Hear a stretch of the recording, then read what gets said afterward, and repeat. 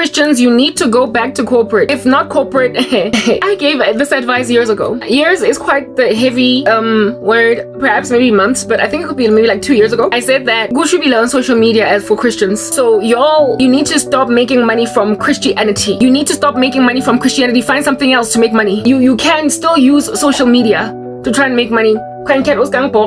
I'm not here for any of that. You can still use social media to make money. I'm not here for any of that. You can still use social media to make money, but make sure that whatever it is that you're making money with is not what do you call this? It's not Christian. And I gave counsel. I was like, if you do fitness, because it's highly unlikely that you're gonna get demonetized for that as a Christian. I was like, if you bake, if you cook, if you whatever might be an innovation, if you make little trinkets, if you paint and you like showing your paintings, do that.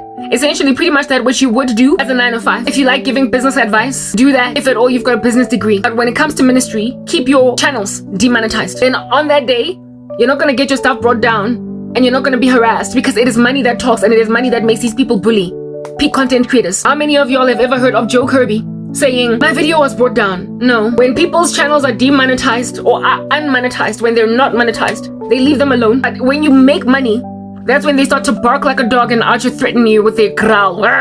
Yeah, they start to bark like a dog and they threaten you with a most menacing growl. And Christians, this here salary, this here rent that you're paying, these mortgages of yours that are Archer financed by ministry. Not everybody's called to be a pastor, my darling. I mean, you do know that, right? Not everybody is called to be a pastor, a man that is dedicated to the service of a ministry. And that's all they do. Not everybody is John Wesley, not everybody is Charles Wesley. Not everybody is a pastor, and so therefore they make money. They earn a salary from their clergymanhood. And seeing as everybody that gets born again in these streets feels a very strong pull for sharing the gospel, that's indeed what the Lord said we must do, make disciples of all nations. They misconstrue that to mean that enter into full-time ministry. No, it's your passion to reach people for Jesus, and you ought to do it everywhere where you go. But do not try to make yourselves little pastors on the internet, because then on that day you're going to struggle to pay rent and find yourself being a nice little dirty hobo on the street or in your mom's house.